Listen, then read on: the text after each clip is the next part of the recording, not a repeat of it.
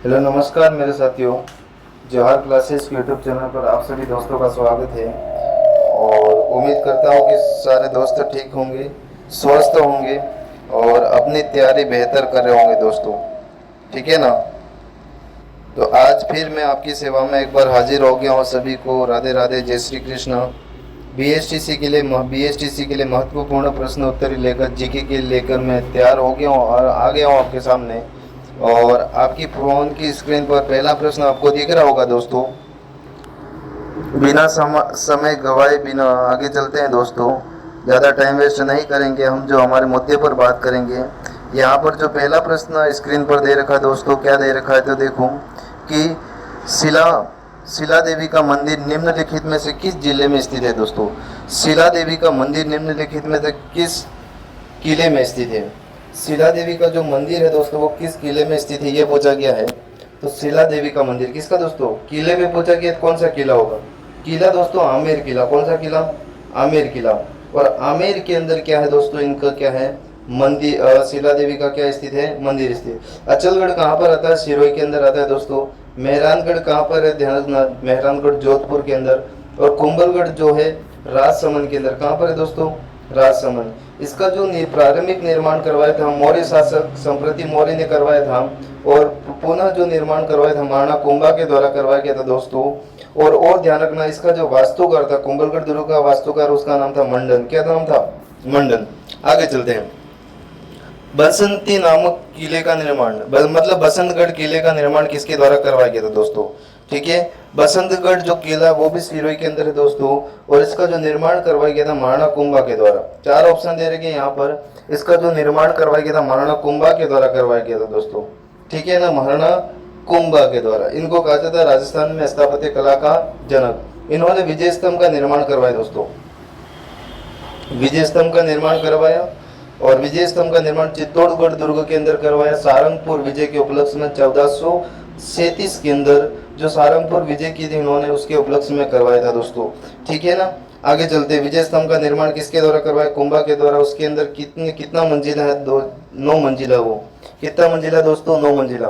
और 122 फीट ऊंचा है दोस्तों, 30 फुट चौड़ा है। और देखा जाए तो 90 मंजिल पर कीर्ति स्तंभ प्रशस्ति लिखी हुई है। और तीसरी मंजिल पर, ऐसा 8वीं मंजिल पर कोई भी मूर्ति नहीं है, ये बात ध्यान रखना। और तीसरी मंजिल पर 9 बार अल्लाह शब्द लिखा हुआ है। और जो प्रथम मंजिल है दोस्तों वो भगवान विष्णु को समर्पित है। आगे चलते हैं। तीसरे नंबर का जो प्रश्न आ चुका है दोस्तों आपके सामने। एक बार क्लास को फटाफट शेयर कर दीजिए अपने दोस्तों को सभी को, और अपने व्हाट्सएप स्टेटस पर लगा दीजिए दोस्तों सभी। आगे चलते हैं। किराड़ू का सोमेश्वर मंदिर और आभानेरी का हर्ष माता मंदिर निम्नलिखित में से कौन? किराड़ू का सोमेश्वर मंदिर और आभानेरी का हर्ष माता मंदिर निम्नलिखित में से कौन सी स्थापत्य शैली में बने हैं दोस्तों? किस शैली में निर्मित है ये? किराड़ू बाड़मेर, आभानेरी का हर्ष माता का मंदिर है आभानेरी का, ये इसके बारे में पूछा गया है। और किस शैली के अंदर निर्मित है? ध्यान रखना, गुर्जर प्रतिहार। कौन सी शैली के अंदर निर्मित है दोस्तों? गुर्जर प्रतिहार। कौन सी शैली के अंदर निर्मित है? गुर्जर प्रतिहार। आगे चलते हैं। निम्नलिखित में से किस दुर्ग को यूनेस्को ने विरासत दुर्ग घोषित नहीं किया दोस्तों? यूनेस्को द्वारा ऐसे कौन से दुर्ग जिनको उसके अंदर शामिल नहीं किया गया, विरासत दुर्ग नहीं घोषित किए? तो एक ट्रिक याद रखना, कौन से दोस्तों? चीकू, गाजर, आम। याद करने के लिए कौन कौन से शामिल किए गए? चीकू, गाजर, आम। तो मतलब आम से हो जाएगा आमेर, र से हो जाएगा रणथंभौर, ज से हो जाएगा जैसलमेर, गा से हो जाएगा घाघरोन, और कु से हो जाएगा कुंभलगढ़, ची से हो जाएगा चित्तौड़गढ़। तो यहाँ पर जैसलमेर भी है दोस्तों, घाघरोन भी है, आमेर भी है, और कौन सा नहीं है? तो मांडलगढ़ नहीं है। मांडलगढ़ दुर्ग कहाँ पर है दोस्तों? तो भीलवाड़ा के अंदर। ये कहाँ पर है? भीलवाड़ा के अंदर। तो इस प्रश्न को देख लेना, ये कहाँ पर है? भीलवाड़ा के अंदर। आगे चलते हैं। किस किले के लिए कहा जबकि बख्तरबंद है? यहाँ बख्तरबंद है। कहा गया। मतलब दोस्तों किस किले के लिए कहा गया यह दुर्ग बख्तरबंद है, बाकी सब अन्य दुर्ग नंगे है। राजस्थान का एकमात्र दुर्ग जिसको बख्तरबंद की संज्ञा दी गई है और अन्य सभी दुर्ग नंगे है दोस्तों। तो ऐसा जो दुर्ग है वो कौन सा है, तो ध्यान रखना रणथंभौर। और रणथंभौर दुर्ग सवाई माधोपुर के अंदर पड़ता है दोस्तों, सवाई माधोपुर के अंदर, ठीक है ना। इसका जो निर्माण करवाया था रणथंभौर देव के द्वारा करवाया गया था। और इसी दुर्ग के अंदर कुत्ते की छतरी ऐसा बताया जाता है। आगे बढ़ते हैं। मंदिर स्थापत्य की भूमिका शैली किस स्थापत्य शैली की उपशैली, मतलब जो भूमिका शैली है वो किसकी उपशैली मानी जाती है, ये पूछा गया है। मंदिर निर्माण में भूमिका, जो मंदिर स्थापत्य की भूमिका शैली किस स्थापत्य शैली की उपशैली है दोस्तों, तो ये नागर शैली की, किस शैली की है, नागर शैली की। आगे चलते हैं। माउंट आबू राजस्थान में देलवाड़ा मंदिर प्रसिद्ध है। जो माउंट आबू में जो मंदिर है देलवाड़ा सिरोही के अंदर, ये किसके लिए प्रसिद्ध है, मतलब ये किस धर्म से संबंधित, ये पूछा गया है। जैन मंदिर में कला हेतु, राजपूत कला हेतु, बौद्ध स्थापत्य कला हेतु और मुस्लिम कला हेतु। तो ये जो दोस्तों इसका ऑप्शन ए क्या हो जाएगा, राइट हो जाएगा। जैन कला हेतु प्रसिद्ध है। ये किस कला हेतु प्रसिद्ध है, जैन कला हेतु प्रसिद्ध है। आगे चलते हैं। दिलवाड़ा स्थित आदिनाथ मंदिर का निर्माण किसने करवाया था दोस्तों, जो दिलवाड़ा के अंदर, दिलवाड़ा सिरोही के अंदर दोस्तों जो मंदिर है उसका निर्माण किसके द्वारा करवाया गया था, ध्यान रखना।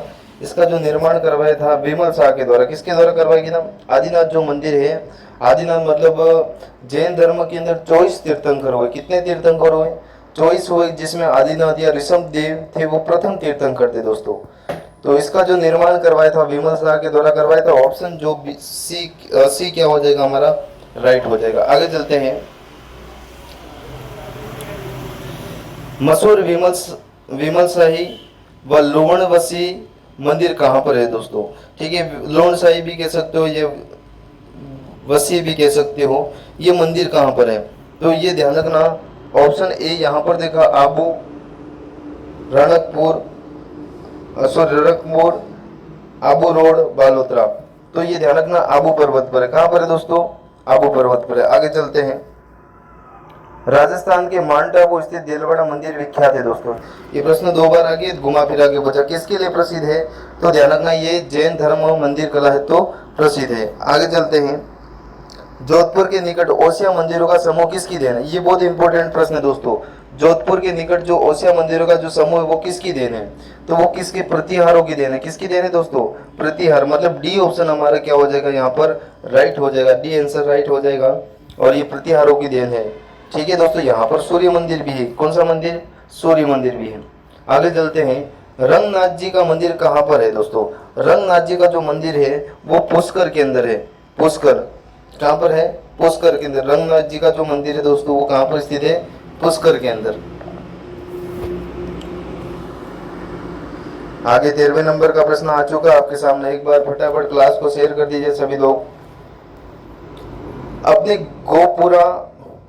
अपने गोपुराम आकृति के लिए प्रसिद्ध रंगनाथ मंदिर जिसका निर्माण सेठ पोरणमल ने 1844 ईस्वी में करवाया, कहाँ पर स्थित है। अभी हम लोगों ने बात की थी रंगनाथ जी का मंदिर जो स्थित है वो कहाँ पर है, पुष्कर के अंदर स्थित है। कहाँ पर स्थित है दोस्तों, पुष्कर के अंदर। आगे चलते हैं। गोराधाई की छतरी का निर्माण किसके द्वारा करवाया गया था, जो गोराधाई है दोस्तों, गोराधाई की छतरी का निर्माण किसके द्वारा करवाया गया था, तो गोराधाई की छतरी का निर्माण राजा अजीत सिंह के द्वारा करवाया था। किसके द्वारा, अजीत सिंह के द्वारा करवाया गया था गोराधाई की छतरी। आगे बढ़ते हैं। देवी कुंड सागर की छतरियां कहाँ पर स्थित है, देवी कुंड के बारे में पूछा गया है। और देवी कुंड सागर की जो छतरी है दोस्तों ये बीकानेर राजवंश की छतरी है। किसकी है, बीकानेर राजवंश की छतरी है। और ये इसका जो डी ऑप्शन होगा दोस्तों क्या हो जाएगा, राइट हो जाएगा। डी ऑप्शन इसका क्या हो जाएगा, राइट हो जाएगा। आगे चलते हैं। उदयपुर में आहड़ की छतरियां किस वंश के राज परिवार से संबंधित है, मतलब जो उदयपुर में जो आहड़ की छतरी है वो किस राज परिवार से संबंधित है। ऑप्शन ए दे रखा कछवा, ऑप्शन बी दे रखा है चौहान, राठौड़ और सिसोदिया। तो ध्यान रखना सिसोदिया राजवंश से संबंधित है। किस राजवंश से संबंधित है, सिसोदिया राजवंश से संबंधित है दोस्तों। आगे चलते हैं। छतरियों से युक्त सारबाग किस शहर में स्थित है? सारबाग किस शहर में स्थित है दोस्तों, ये पूछा गया है। और सारबाग है वो बूंदी के अंदर स्थित है। कहाँ पर स्थित है? बूंदी के अंदर स्थित है। 3 ऑप्शन दे रखे यहाँ पर, 4 ऑप्शन दे रखे जिसमें उदयपुर भी है, अजमेर है, अलवर भी है। तो इसका जो आंसर हो जाएगा वो क्या हो जाएगा? बूंदी हो जाएगा दोस्तों। आगे चलते हैं, फटाफट आप भी आंसर दिया करो। पटवों की हवेली कहाँ पर स्थित है? दोस्तों पटवों की हवेली के बारे में पूछा गया है। और पटवों की जो हवेली है वो उदयपुर, जोधपुर, जैसलमेर, झुंझुनू। कितने ऑप्शन दे रखे हैं? तो यहाँ पर ऑप्शन 4 दे रखे हैं जिसमें जैसलमेर में स्थित है। कहाँ पर स्थित है? जैसलमेर में पटवों की हवेली है। और यहीं पर नथमल की हवेली, किसकी दोस्तों? नथमल की हवेली भी यहीं पर है। सलीम सिंह मेहता की हवेली पर यहीं पर, सलीम सिंह मेहता की भी हवेली यहीं पर है दोस्तों। इतना ध्यान रखना आप लोग। आगे चलते हैं दोस्तों, यहाँ पर हवेलियों के बारे में बात कर ली थी हम लोगों ने। आगे चलते हैं हम। बारडोली के मंदिर किस शैली से संबंधित है? बारडोली के जो मंदिर है दोस्तों वो किस शैली से संबंधित है? ध्यान रखना, बारडोली के मंदिर किस शैली से संबंधित है? यहाँ पर 4 ऑप्शन दे रखे हैं। नागर दे रखा है, बेसर दे रखा, द्रविड़ दे रखा, पंचायतन दे रखा। कौन सा होगा दोस्तों? इसका आंसर फटाफट छाप दीजिए। तो कौन सा होगा इसका आंसर? पंचायतन होगा। कौन सा होगा? पंचायतन। ठीक है। अगर आपको सिलेक्शन चाहिए भी से जिक्के अच्छे से कर पाओगे आप, तो ये प्रश्न रट्टा मार के जाना दोस्तों। इससे बाहर कुछ भी नहीं, मैं पहले ही बोल रहा हूँ, ठीक है ना। इससे बाहर कुछ भी नहीं है। आगे चलते हैं, आगे चलते हैं दोस्तों, आगे चलते हैं, आगे चलते हैं। आगे जो प्रश्न दे रखा हमारा, कौन सा प्रश्न दे रखा है? त्रिपुरा सुंदरी का मंदिर किस जिले के अंदर स्थित है दोस्तों? त्रिपुरा सुंदरी का जो मंदिर है वो पूछा गया है कि त्रिपुरा सुंदरी का जो मंदिर है वो किस जिले के अंदर है? तो त्रिपुरा सुंदरी का जो मंदिर है वो बांसवाड़ा के अंदर स्थित है। कहाँ पर स्थित है दोस्तों? आगे चलते हैं, त्रिपुरा सुंदरी माता का मंदिर कहाँ पर है दोस्तों? तो ध्यान रखना, ये बांसवाड़ा के अंदर। और ये वसुंधरा राजे की आराध्य देवी, किसकी है? वसुंधरा राजे की आराध्य देवी। पंचालों की कुल देवी मानी जाती है कौन सी दोस्तों? त्रिपुरा सुंदरी माता। आगे चलते हैं,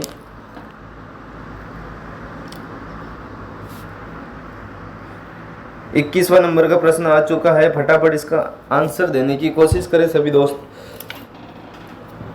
बताना मुझे आपके कितने राइट हुए, आपकी तैयारी कैसे चल रही है। और प्रश्नोत्तरी करना बहुत ज़रूरी है दोस्तों, क्योंकि आप यहाँ पर प्रश्नोत्तरी नहीं करोगे तो एग्ज़ाम में ये सारे ऑप्शन आपके सामने दिखाई देंगे। तब आपको ऐसा लगेगा इसका आंसर ये है यूँ। तो उस समय गुमराह नहीं होना, इससे पहले ही आप इस क्लास को देख लीजिए, आपके लिए अच्छा होगा। सुंदा माता मंदिर कहाँ पर स्थित है? सुंदा माता मंदिर कहाँ पर है? ध्यान रखना दोस्तों, बाड़मेर दे रखा, जयपुर दे रखा, जालोर दे रखा, सीकर। तो सुंदा माता का जो मंदिर है वो जालोर के अंदर स्थित है। कहाँ पर स्थित है? जालोर के अंदर स्थित है। और राजस्थान का प्रथम रोपवे यहीं से स्टार्ट हुआ था दोस्तों। राजस्थान का प्रथम रोपवे की अगर शुरुआत देखी जाए तो सुंदा माता मंदिर से यहीं से हुआ था। आगे चले दोस्तों, चलते हैं, आगे चलते हैं। प्राचीन तांत्रिक शक्तिपीठ सुंदा माता का मंदिर कहाँ पर स्थित है? 2 बार पूछा गया दोस्तों ये प्रश्न कि सुंदा माता का जो मंदिर हो जाएगा, अभी मैंने बात की थी, वो कहाँ पर हो जाएगा? जालोर के अंदर। कहाँ पर हो जाएगा दोस्तों? जालोर के अंदर। आगे चलते हैं, किसी की याद में राजा मानसिंह ने आमेर में जगत शिरोमणि मंदिर का निर्माण कराया गया था? किसकी याद में राजा मानसिंह ने आमेर में जगत शिरोमणि मंदिर का निर्माण करवाया? मतलब इसका मंदिर का जो निर्माण करवाया था दोस्तों, वो करवाया था उनकी पत्नी कनकावती के द्वारा करवाया था। किसके द्वारा करवाया था? कनकावती। और ये जो मंदिर है आमेर दुर्ग के अंदर स्थित है। कहाँ पर स्थित है दोस्तों? आमेर दुर्ग के अंदर स्थित है। और जगत सिंह किसका पुत्र था? ध्यान रखना, जगत सिंह जो पुत्र था वो मानसिंह का, किसका पुत्र था? मानसिंह का पुत्र था। और इसके अंदर ऐसा बताया जाता है कि इसने कभी चित्तौड़ पर आक्रमण किया था। और चित्तौड़ में जो मीराबाई अपने बचपन में जो पूजा करते थे भगवान श्री कृष्ण की, जिस प्रतिमा की पूजा करी थी, वही प्रतिमा मानसिंह यहाँ पर लाता है। और मानसिंह की पत्नी कनकावती क्या करवाती है दोस्तों? तो ध्यान रखना, अपने पुत्र जगत सिंह द्वितीय की याद में एक जगत शिरोमणि मंदिर का निर्माण करवाती है। और उस मंदिर के अंदर मीराबाई की जो मूर्ति थी उसको स्थापित करवाई दी जाती है। और उस मंदिर का जो नाम रखा गया अपने पुत्र जगत सिंह की याद में जगत शिरोमणि रखा गया था दोस्तों। तो आगे चलते हैं, ये याद रख लेना आप लोग। राजस्थान में एक देवी जहाँ चूहे बहुत अधिक संख्या में निवास करते हैं, उस देवी का क्या नाम है, ये पूछा गया। चूहों वाली देवी। चूहों वाली देवी कहाँ पर है दोस्तों, तो ध्यान रखना, अम्बे माता है, दुर्गा माता है, चामुंडा माता है या करणी माता। तो इसका जो आंसर हो जाएगा वो करणी माता हो जाएगा दोस्तों। और वो कहाँ पर है, इनका मंदिर देशनोक बीकानेर। कहाँ पर स्थित है, देशनोक बीकानेर। इनका जो मंदिर है दोस्तों देशनोक बीकानेर के अंदर स्थित है। और करणी माता का जो बचपन का नाम था रिद्धिबाई था। इनको डाडी वाली माता भी कहा जाता है। और बीकानेर के राठौड़ों की आराध्य देवी भी माना जाता है करणी माता को। ठीक है दोस्तों, ये करणी माता वो चारणों की कुल देवी, किसकी कुल देवी है, चारणों की कुल देवी है। और ऐसा बताया जाता है कि करणी माता की जो मंदिर में चूहे विचरण करते हैं वो इनके पुत्र लाखा के वंशज जैसा बताया जाता है दोस्तों। और यहाँ पर सफ़ेद चूहा देखने पर शुभ माना जाता है, जिनको चूहों को काबा कहा जाता है इनके मंदिर में। और करणी माता को किसका अवतार माना जाता है, तो सफ़ेद चील का अवतार माना जाता है दोस्तों। किसका अवतार माना जाता है, चील का अवतार माना जाता है। चलो ठीक है दोस्तों, आगे चलते हैं। यहाँ पर एक माता का, चामुंडा माता का जिक्र किया गया दोस्तों। और चामुंडा माता का जो मंदिर है दोस्तों वो कहाँ पर है, ध्यान रखना कि एक जो मेहरानगढ़ वाले बात करते हैं, मेहरानगढ़ के अंदर जो चामुंडा का माता का मंदिर है, किसका, चामुंडा माता का। यहाँ पर 2008 में भगदड़ मच जाती दोस्तों। और इस भगदड़ की जांच के लिए कमेटी का गठन किया गया था। उस कमेटी का नाम था जसराज चोपड़ा कमेटी। ये याद रखना, रखोगे ना आज, चलो ठीक है। लटियाली देवी का मंदिर कहाँ पर स्थित है दोस्तों, लटियाली देवी का मंदिर कहाँ पर स्थित है, ये पूछा गया है कि लटियाली देवी का जो मंदिर हो जाएगा वो लटियाली देवी का मंदिर हो जाएगा वर्तमान में नए जिले के हिसाब से कहाँ पर हो जाएगा, फलोंदी के अंदर। कहाँ पर हो जाएगा, फलोंदी। ये ध्यान रखना, लटियाली देवी का मंदिर कहाँ पर स्थित है, फलोंदी के अंदर। आगे चलते हैं।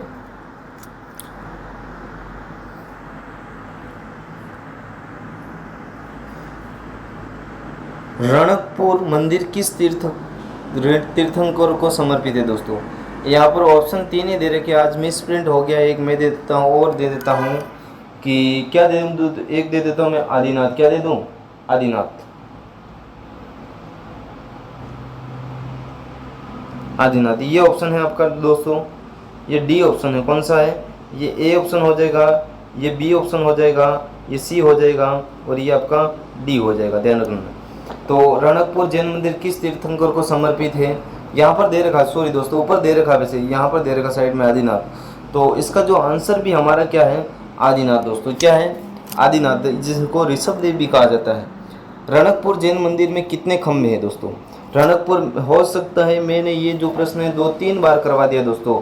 और रणकपुर मंदिर में 1144, सॉरी रणकपुर में कितने, सॉरी ये मिसप्रिंट है कि इसके अंदर जो है 111444 है। कितने दोस्तों, 111444 है। 1100 भी दे रखा है, 1111 भी दे रखा है, 1144 भी दे रखा है। तो ये ध्यान रखना दोस्तों, 1444 इसके अंदर क्या है, खम्बे हैं। आगे चलते हैं। नूर मोहम्मद राजपुताने की किस राज्य का प्रमुख चित्रकार था दोस्तों, कि नूर मोहम्मद है वो राजपुताने की किस राज्य का प्रमुख चित्रकार था, ये पूछा गया है। और इसका आंसर जो एनसीईआरटी के हिसाब से इसका जो आंसर हो जाएगा वो क्या हो जाएगा, कोटा हो जाएगा। क्या हो जाएगा दोस्तों, कोटा। कोटा नहीं मिले तो कोष्टक में दूसरा ऑप्शन भी मिल सकता है आपको, बीकानेर भी मिल सकता है, इस बात का ध्यान रखना आप। आगे चलते हैं। निसार उद्दीन नामक चित्रकार का संबंध किस शैली चित्रकला से है, तो निसार उद्दीन नामक चित्रकार का संबंध किस चित्रकला शैली से है, ध्यान रखना दोस्तों। इसका जो संबंध है वो मेवाड़ शैली से। किस शैली से दोस्तों, इसका जो संबंध है वो किससे है, निसारुद्दीन का जो संबंध है वो मेवाड़ शैली से। किस शैली से है, मेवाड़ शैली से। आगे चलते हैं। 1605 में मेवाड़ के महाराणा अमर सिंह प्रथम के समय रागमाला का चित्रकार कौन था दोस्तों, रागमाला का चित्रकार कौन था। ये देखो, ये जो प्रश्न पूछे गए सेकंड ग्रेड 2013 के अंदर, थर्ड ग्रेड 2013, मतलब ये पूछे गए, ये बहुत इंपॉर्टेंट प्रश्न है दोस्तों। यही दूसरे एग्जाम में आए हुए प्रश्न वापस रिपीट होते हैं, इतना ध्यान रखना आप लोग। तो इसका जो आंसर हो जाने वाला है कि अमर सिंह प्रथम के समय ये रागमाला का चित्रण किसके द्वारा किया गया था? तो ध्यान रखना, निसारुद्दीन के द्वारा। किसके द्वारा किया गया था? निसारुद्दीन के द्वारा। आगे चलते हैं। महाराणा जगत सिंह का काल किस शैली का स्वर्ण काल माना जाता है दोस्तों? कि महाराणा जगत सिंह का काल है वो किस शैली का स्वर्ण काल माना जाता है? और महाराणा जगत सिंह का काल माना जाता है दोस्तों मारवाड़ शैली का। किस शैली का? महाराणा जगत सिंह का जो काल है वो किस शैली का स्वर्ण काल माना जाता है? ऑप्शन दे रखा, मारवाड़ दे रखा दोस्तों, मारवाड़ के बाद मेवाड़ शैली दे रखा है, मेवाड़ शैली के बाद दे रखा ढूंढाड़, और ढूंढाड़ के बाद दे रखा दोस्तों हाड़ौती दे रखा है। तो तीनों शैलियों के बारे में फटाफट मुझे बता दीजिए कमेंट बॉक्स के अंदर कि इसका जो आंसर होने वाला वो क्या होने वाला है। जगत सिंह प्रथम का काल, मेरे हिसाब से इसका जो आंसर होने वाला है दोस्तों मेवाड़ होने वाला। कौन सा होने वाला है? मेवाड़। कौन सा हो जाएगा? मेवाड़ हो जाएगा। मतलब जगत सिंह के काल में किस शैली का स्वर्ण काल माना जाता है? तो ध्यान रखना वो हो जाएगा मेवाड़। फटाफट इसका आंसर छापे कमेंट बॉक्स के अंदर, एक बार मैं देखता हूँ इसका सही आंसर है या गलत आंसर है। जल्दी छाप दीजिए।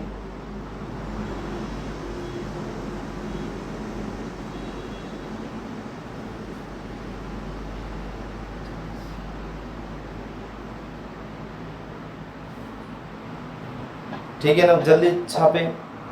इसका आंसर मैंने मेवाड़ करके रखा है, ये राइट है या गलत है एक बार कमेंट बॉक्स के अंदर और बता दीजिए मुझे। ठीक है ना, तो इसका जो आंसर हो जाएगा वो मेवाड़ होगा ऐसा लग रहा है। एक बार और आप छाप दीजिए कमेंट बॉक्स के अंदर। आगे चलते हैं। साहिबुद्दीन व मनोहर किस शैली के चित्रकार हैं? किसके दोस्तों? साहिबुद्दीन व मनोहर किस शैली के चित्रकार? ये वन रक्षक के अंदर पूछा गया है। वापस रिपीट होंगे। और ये जयपुर शैली के चित्रकार हैं। कहाँ पर है? किस शैली के दोस्तों? जयपुर शैली के। इन्होंने साहिबुद्दीन ने तो प्रताप सिंह का देखा जाए तो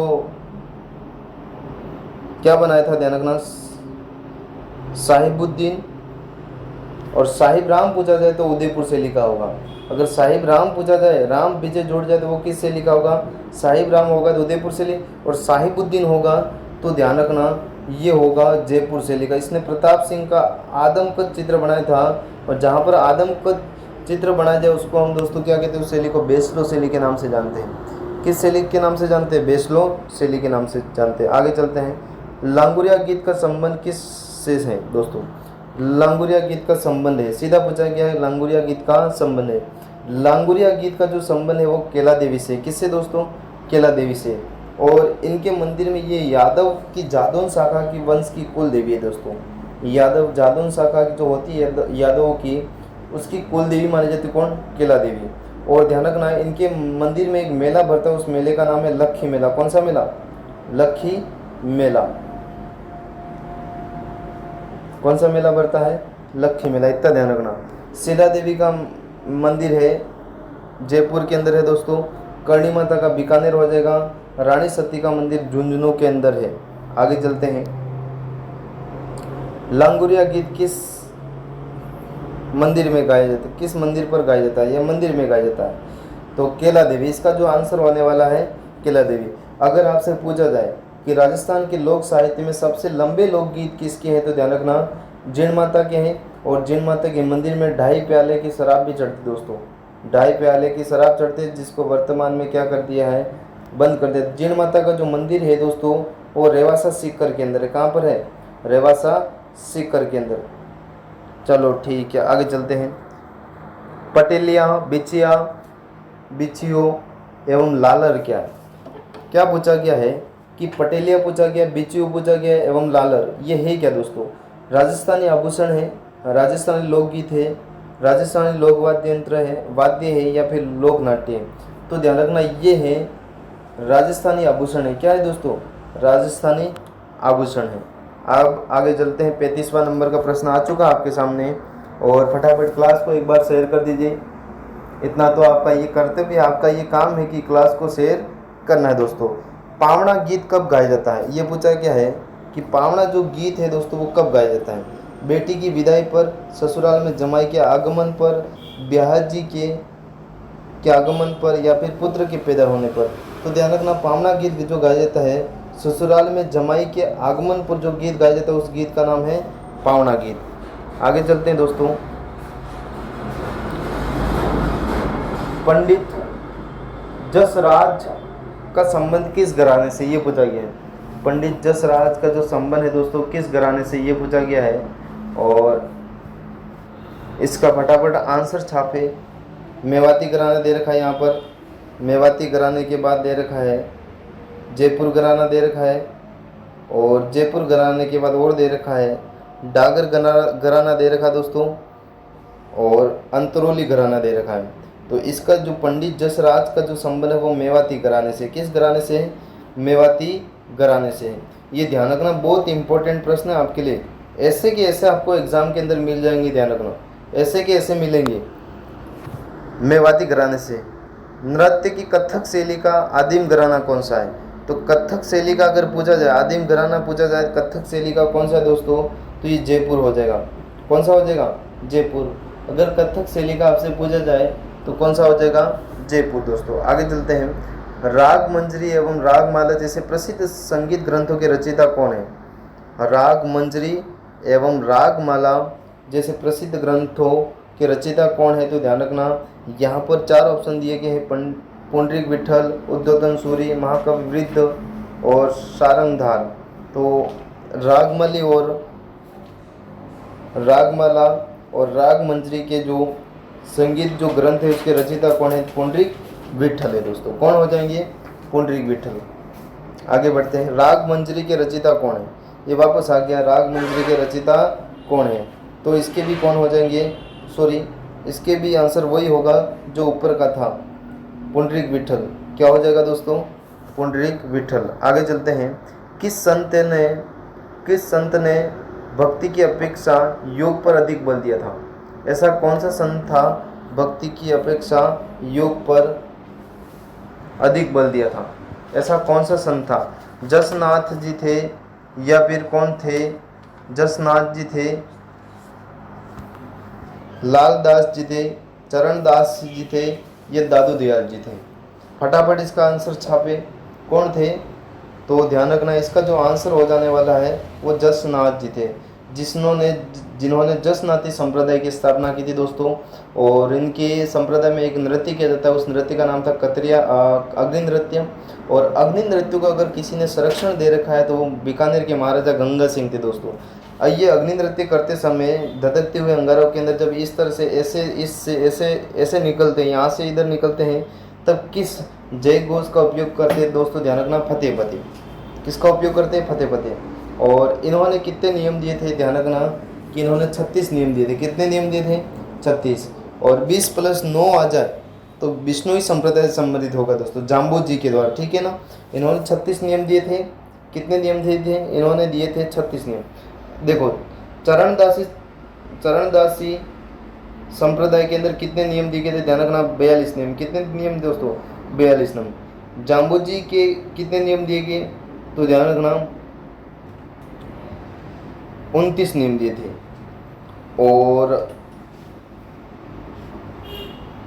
और देखा जाए जाम्बू जी हो गए, जसनाथ जी ने कितने दिए थे, ध्यान रखना दोस्तों, इन्होंने दिए थे 36 नियम। कितने नियम दिए थे, 36 नियम, इस बात का ध्यान रखना।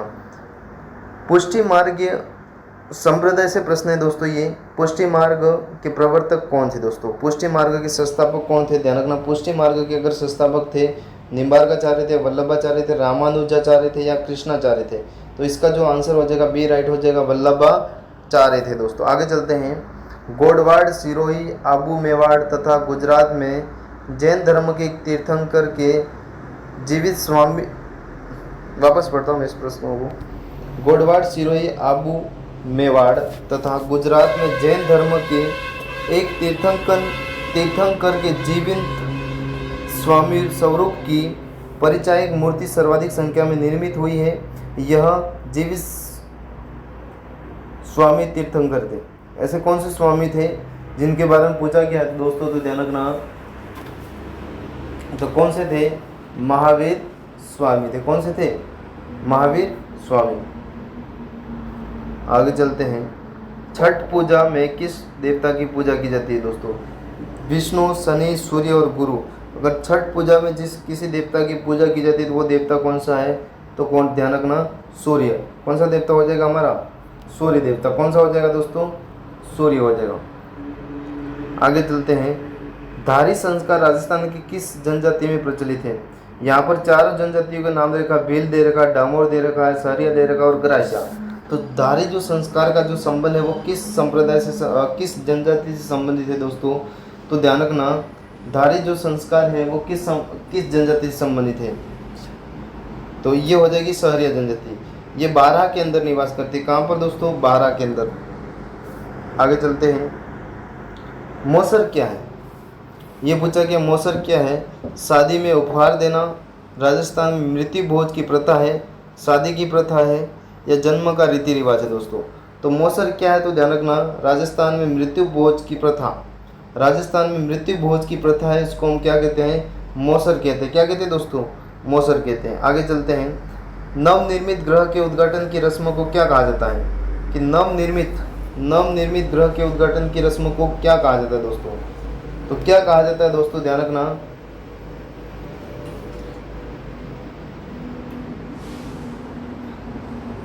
क्या कहा जाता है? नागल कहा जाता है। क्या कहा जाता है? नागल। पाणी ग्रहण भी दे रखा है, दसोटन भी देगा, बडार भी दे रखा है, बट ध्यान रखना। तो इसका जो आंसर हो जाएगा एक हो जाएगा, ए राइट हो जाएगा। भील जनजाति में लड़की का विवाह से पूर्व गर्भवती होना जाना मान्यता है दोस्तों। तो ध्यान रखना, इसका जो आंसर है हाँ मान्यता प्राप्त है। क्या है? मान्यता प्राप्त है। अगर सगाई हो रखी है तो मान्यता प्राप्त है। आगे चलते हैं। वह संस्कार जो बालक के विद्यारंभ हेतु गुरु के पास ले जाने के लिए, वह संस्कार जो बालक को विद्यारंभ हेतु गुरु के पास ले जाने के समय किया जाता है वह कहलाता है दोस्तों। तो समावर्तन संस्कार कहलाता है, यज्ञोपवीत संस्कार कहलाता है, या फिर जात कर्म संस्कार या विद्यारंभ। तो ध्यान रखना दोस्तों, कौन सा कहलाता है? विद्यारंभ संस्कार कहलाता है। कौन सा संस्कार कहलाता है? विद्यारंभ संस्कार कहलाता है। समावर्तन संस्कार जब शिक्षा समाप्त हो जाती है तब किया जाता है, ठीक है दोस्तों।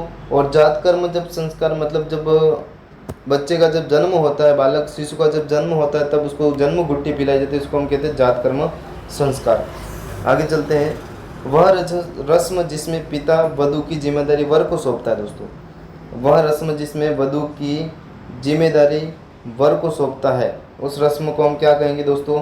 तो ध्यान रखना, सबको पता है कन्यादान। पिता अपनी पुत्री का कन्यादान करता है। क्या करता है? कन्यादान। निम्न में से कौन सा संप्रदाय निर्गुण उपासक है? निम्न में से कौन सा संप्रदाय निर्गुण उपासक है? तो ध्यान रखना, यहाँ पर राम स्नेही संप्रदाय हो जाएगा। कौन सा संप्रदाय हो जाएगा? राम स्नेही संप्रदाय। कौन सा संप्रदाय? राम स्नेही संप्रदाय। मतलब इसमें से निर्गुण कौन सा नहीं? यहाँ पर राम स्नेही में राम की भक्ति को बल दिया जाएगा। आगे जो प्रश्न दे रखा है, मेवाड़ में स्थित एकलिंग जी किस संप्रदाय से संबंधित है? मेवाड़ में जो स्थित है एकलिंग जी किस संप्रदाय से संबंधित दोस्तों? लकुलिश, आलवार, भागवत, वैष्णव। तो ये किससे संबंधित है? लकुलिश। इसे पाशुपत संप्रदाय भी कहते हैं। क्या कहते हैं? पाशुपत संप्रदाय भी कहते हैं। और एकलिंग जी का जो मंदिर है कैलाशपुरी गांव उदयपुर के अंदर स्थित है। कैलाशपुरी गांव उदयपुर नागदा के अंदर स्थित है। इसका जो निर्माण करवाया था महाराणा कालभोजिया बप्पा रावल के द्वारा करवाया गया था दोस्तों। और ये मेवाड़ के कुल देवता के रूप में भी जाने जाते हैं। अगर मेवाड़ की कुल देवी कौन है? बाण माता है दोस्तों। कौन है? बाण माता है। ठीक है दोस्तों।